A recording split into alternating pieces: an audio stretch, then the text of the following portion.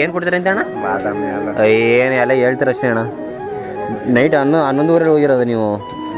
ಬಂದು ಬಿಡಲಿಲ್ಲ, ಹ್ಞೂ 5 ಗಂಟೆ ತನಕ ಬಿಡಲ್ಲ ಅಂತಾರೆ. ಆಮೇಲೆ ಅಡ್ಡದಾರಿಗಳೆಲ್ಲ ಹುಡುಕೊಂಡು ಹ್ಞೂ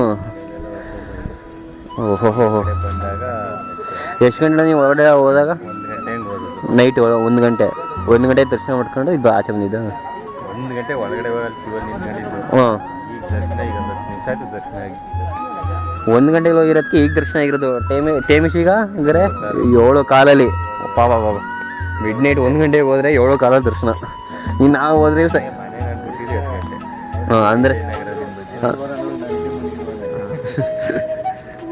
ಅಂದರೆ ನಾವು ಈಗ ಹೋಗ್ತೀನಿ ಅಂದರೆ ಮಿನಿಮಮ್ ಮಧ್ಯಾಹ್ನ 2 ಗಂಟೆ 3 ಗಂಟೆ ದರ್ಶನ ಮಿಸ್ಸೇ ಇಲ್ಲ ಅಂತೀರಾ?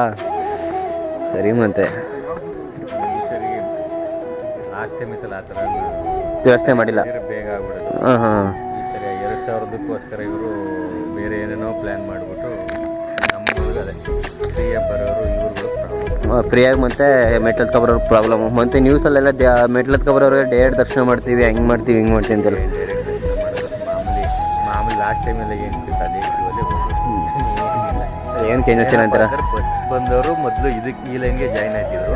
ಈ ಬಸ್ ಬಂದವ್ರನ್ನ ಸಪ್ರೇಟಾಗಿ ಒಂದು ಲೈನ್ ಮಾಡಿದ್ದಾರೆ ಅಷ್ಟೇ. ಬಸ್ಸು ಮತ್ತು 300 ರೂಪಾಯಿ ಬಂದವ್ರನ್ನ ಒಂದು ಕಡೆ ಬಿಡ್ತಾರೆ. ಹಂಗೆ 2000ದವ್ರನ್ನ ಒಂದು ಕಡೆ ಬಿಡ್ತಾರೆ.